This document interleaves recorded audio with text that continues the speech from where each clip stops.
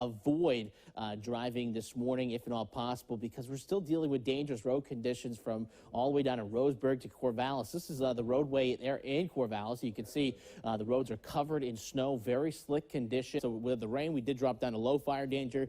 Do expect that to go back to moderate. Why is that? Because we're so dry out there. Seeing gusts up to about 25, and that just continues to push that warm air all the way to the coastline. That's why we do expect a warm day there as well. But it also dries out the atmosphere. So while humidity is a little high this morning, watch it just drop throughout the day. Great day to walk the dog. I think Piglet here wants to go for a walk. We're looking at 64 degrees by noontime. Take a look at this afternoon. 72 degrees by the 4th. Drops 24 millibars or more in 24 hours or less. And this is going to be about 30 millibars in 15 hours. And what does that mean? So the lower the pressure gets, the stronger. You can see the eye of Hurricane Florence making landfall here close to Wilmington. This is going to kind of skirt right down the coast. And I know I'm not the only one struggling with allergies right now. Grass, well, that's still in the moderate range, but look at trees, very high continuing. But I got good news. We got rain in the forecast for you tomorrow. That's going to drop that pollen count to 5 o'clock tomorrow morning. We do expect heavy rain up and down the coastline. This will continue to push inland along that cold front. Heavy rain through the valleys, probably about 7 o'clock. I got some tips if you are driving in the fog this morning. Make sure you have your lights on, not the brights, though. Actually, that makes the visibility worse for you. Where we are seeing the heavier rain showers, though, is off to the north at this time. You can see Lebanon just got a good shower, as well as Sweet Home. We got some more rain moving through the coast range. This guy probably right here, probably moving towards Corvallis. Road right now, snow covered. Don't travel if you don't need to this morning. Unless you're emergency personnel, you really do not need to be on the roads right now. Let's take a look at the Coburg Road there. You can see the snow continue to come down. Now, over the weekend, we did have some showers, especially Friday night into Saturday. And that was all part of a broader low-pressure system. Snow levels will start about 7,000 feet, though will drop down about 4,500 feet throughout the day on Wednesday. About 6 to 10 inches as new snow is expected there. And then Wednesday night drops to about 3,500 feet, an additional 2 to 4.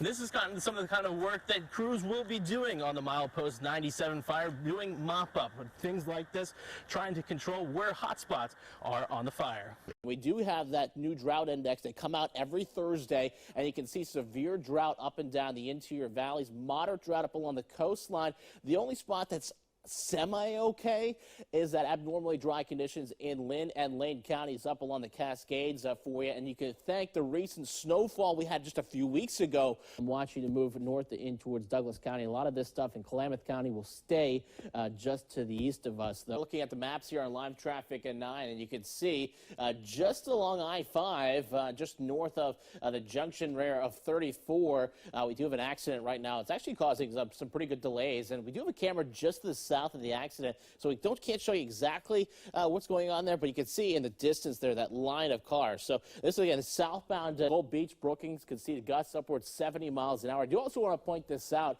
You see this white off the coast? That's 100-mile-an-hour gust, so hurricane strength gusts just off the coast. We had several inches of rain over the last 72 hours, plus snow melts, and again, that's all contributing to all that flooding, plus above normal rainfall for the month of April continues not only just today, the next several days. Exit 2, we do understand it could be involving a pedestrian. We do know that it looks like at least one person was transported to Riverbend Hospital there. So we are keeping an eye on this. You need to avoid this area if at all possible. There's our storm. This is going to be coming in tonight and tomorrow, bringing us the first round of some heavier rain, again, winds. You notice how the valley, pretty quiet. There's going to be a valley shadow, a lot less rain expected here in the valley. Don't let that fool you. What that means is it's going to be towards our higher elevations, it's going to be seeing the rain, but that does run downstream down into our valley, so we're still going to be watching those rivers, creeks, and streams. There it is by this afternoon. That pushes into the area as you get in towards Friday evening, and that's what's going to bring in the cooler temperatures. It's going to bring in the moisture for us this weekend, as well as some good snows up along the Cascades that we really do need. This whole month, it's been such a dry month. You can see the deficits there, Eugene, Roseburg, and North Bend, anywhere from about 1 to almost 2¼ inches below normal in terms of that rainfall. And if the month ended today, this would be the driest month of April that we've seen on record. Now, obviously, we're going to see that rain on Wednesday, and I think we could break some records on Tuesday. 101 is the forecast down in Roseburg, old record of 99 back in 2017 here in the month of April. It's been 10 days since we've seen any kind of measurable rain. It feels like at this point, it still seems early to say this in the season, but it's like the deficit doesn't even matter at this point. We're so far behind. You're so far behind, you're not going to catch up. You can only prepare for what we can expect this summer. Now, Storm Tracker 9 weather with meteorologist Andrew Shipotofsky. Well, back, we got the sun coming up right now. We're taking a look at Corvallis Weather Cam 9. Gorgeous shot there this morning. I got an even better shot from photojournalist Scott Dodge to show you there. Look at here in Eugene. Sun just coming up all across the area this morning on what's going to be a gorgeous day. Let's head back to the graphics here. Head down to Coos Bay, and we're looking at some areas of fog there. Clear skies above. Once this lifts, though, we do expect a lot of sunshine in the forecast. 42 degrees there at the coast, maybe a little bit of a mist there. But we're looking at about half-mile visibility or so at the airport down in North Bend. Also, a few pockets of fog towards Crestwell, though that will move out the area pretty quickly, and we're going to be back to full sunshine later on today. Now, Storm Tracker 9 satellite radar pretty clear. Got maybe a few little sprinkles or something off the coast there. I wouldn't worry about that too much because we still got those warm, dry winds coming down the Cascades. Again, like we explained earlier, it's kind of the reverse process of what gives us the rain shadow. When the rain comes in the winter, it dries out down into the valleys. So while with the winds coming down the Cascades, very similar effect. They warm up and dry us out, and that's what going to allow those 70s up and down the interior valleys as the day goes on. Now, those winds are going to flip as you get in towards tonight into tomorrow. And that's going to bring a little bit cooler temperatures, probably about 10 degrees cooler. Also going to enhance that marine layer thanks to not only just the onshore winds. We got a weak disturbance moving through the area. It's going to bring a few more clouds into the area Friday into Saturday, and you can see those pushing on through. Though once that moves on out, I do expect back to the full sunshine expected by Saturday afternoon into Sunday for you. But a sunny day today, 72 degrees, 4 o'clock hour here in the Willamette Valley, even warmer in the Umpqua Basin, getting up to 76 later on today. Again, not quite as warm at the coast. It's going to be a little bit more breezy at the coast, plus you get a little bit more of that onshore winds there today. 57 degrees, still not bad. A lot of sunshine still expected in the forecast today, but still going to be shy of records. Still going to be a warm day of the warmest day of the year so far, but not quite the record temperatures. Just wanted to show you there, but we are looking at a nice day out ahead of us all across the region. Coast again in the 50s over the next several days. Easter Sunday 57. Umpqua Basin getting up to about 76 today, though back in the upper 60s continuing into next week. So we'll be flirting with that 70-degree mark still. Cascades also going to be in the 60s today, down into the 40s and 50s through the weekend, back in the middle 50s by next week. And then here in the Willamette Valley, 72 today, though back in the lower 60s Saturday. Sunday, middle 60s, expected early next week here, Brian. And those records, did I see 80s? Yeah, that's the record for Roseburg. So we're going to be 76 today. So not quite. It's still going to be a warm day. Yeah. All right. Thank you, Andrew.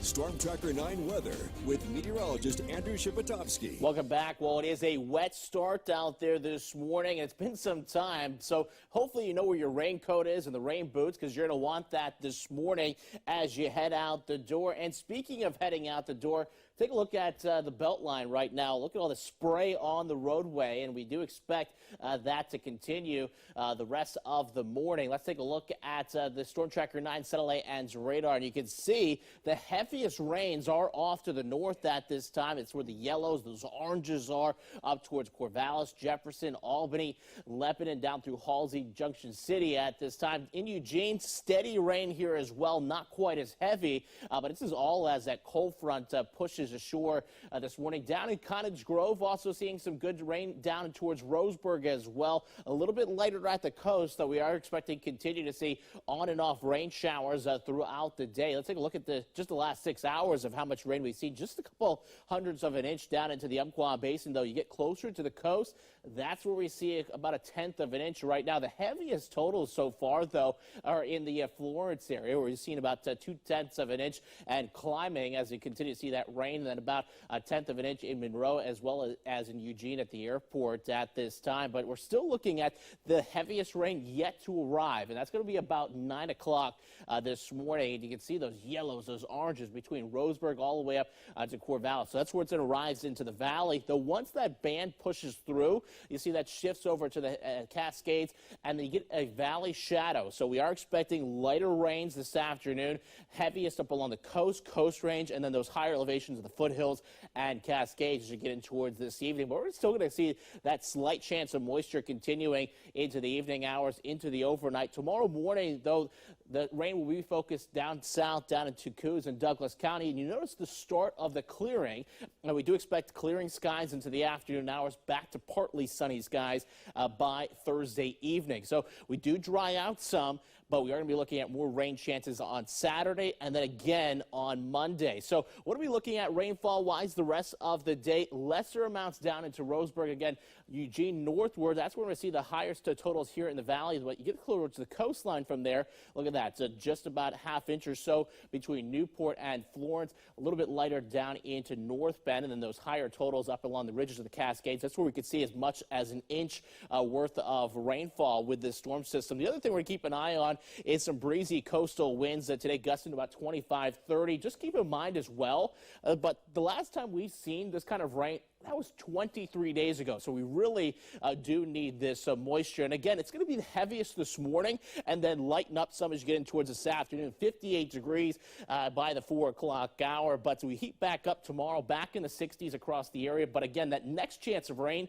that's going to be on Saturday and then again on Monday. But we're going to be looking at some warming temperatures there in the extended forecast. You get back into Tuesday, back in the 70s, back to the drier weather next week.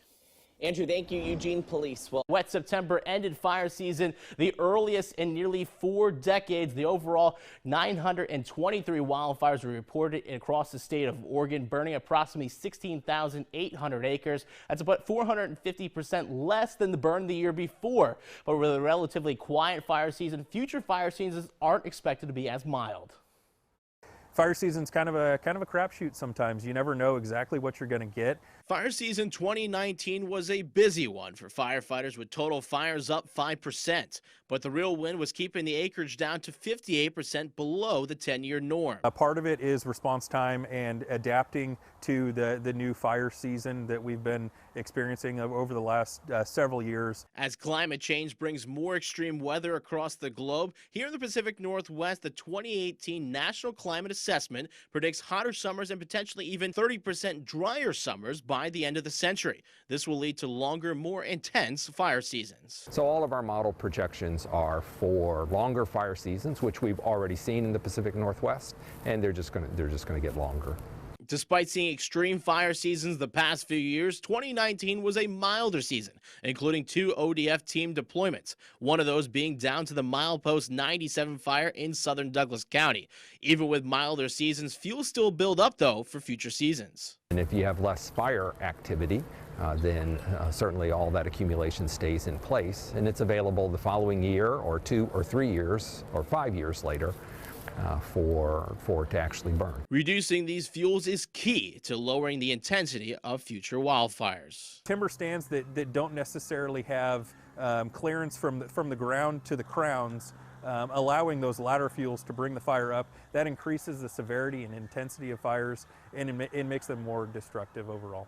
The Oregon Department of Forestry is taking action to reduce these fuels through prescribed fire logging and fuel treatments. Working with our federal partners to go through acre by acre and really minimizing those fuels, which means thinning tree stands that we know would be more fire resistant, more fire resilient, and then taking those smaller diameter trees that aren't going to go anywhere on the market, but that are a hazard on the forest floor. But unfortunately, fuel reduction programs are a long-term, never-ending effort. It's not going to be a quick turnaround. There's no trigger that just makes it all better overnight. These programs can be the difference in saving your community. We know that it works. We have plenty of examples where We've had fuels reduction treatment through prescribed fire, and when the wildfire came through, we were able to take a stand. While ODF and their local and federal partners are taking steps to better protect communities, it is important for you to do your part and firewise your property. It ultimately could be the difference in saving your home. It's not just something that happens in Southern Oregon. It's not just something that happens out in the woods. Wildfire impacts all Oregonians. And so it's up to all Oregonians to really raise that awareness and work together for a solution moving forward. With a winter forecast of ENSO neutral, it's a bit of a toss about what we'll see with this winter and spring in terms of rainfall that will be critical to be how dry we'll be heading into next summer. If we do end up drier, another year of above normal fire potential is likely.